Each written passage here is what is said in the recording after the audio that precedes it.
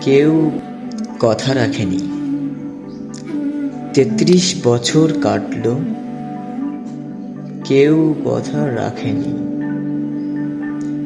ছেলেবেলায় এক বষ্টমী তার আগমনী গান হঠাৎ থামিয়ে বলেছিল, শুক্লা দ্বাদশীর দিন অন্তরাটুকু শুনিয়ে যাবে।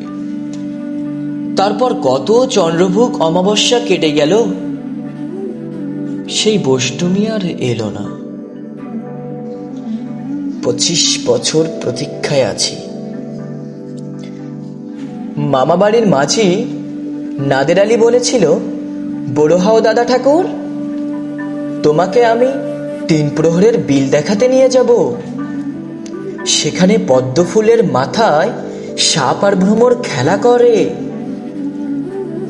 নাদের আলী, আমি আর কত বড় হব? আমার মাথা এই ঘরের ছাদ ফুঁড়ে আকাশে স্পর্শ করলে তারপর তুমি আমায় ৩ প্রহরের বিল দেখাবে? একটাও রয়্যাল গুলি কিনতে পারিনি কখনোই। লাঠি লজেন্স দেখিয়ে দেখিয়ে চুষেছে লস্কর বাড়ির ছেলেরা। ভিখিরির মতো চৌধুরীদের গেটে দাঁড়িয়ে দেখেছি ভেতরের রাস উৎসব।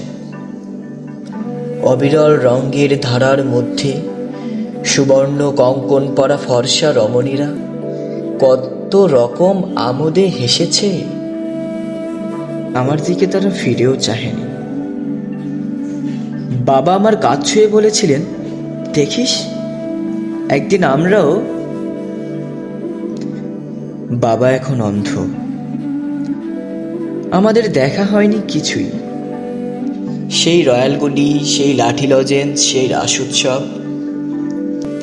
আমায় কেউ ফিরিয়ে দেবে না।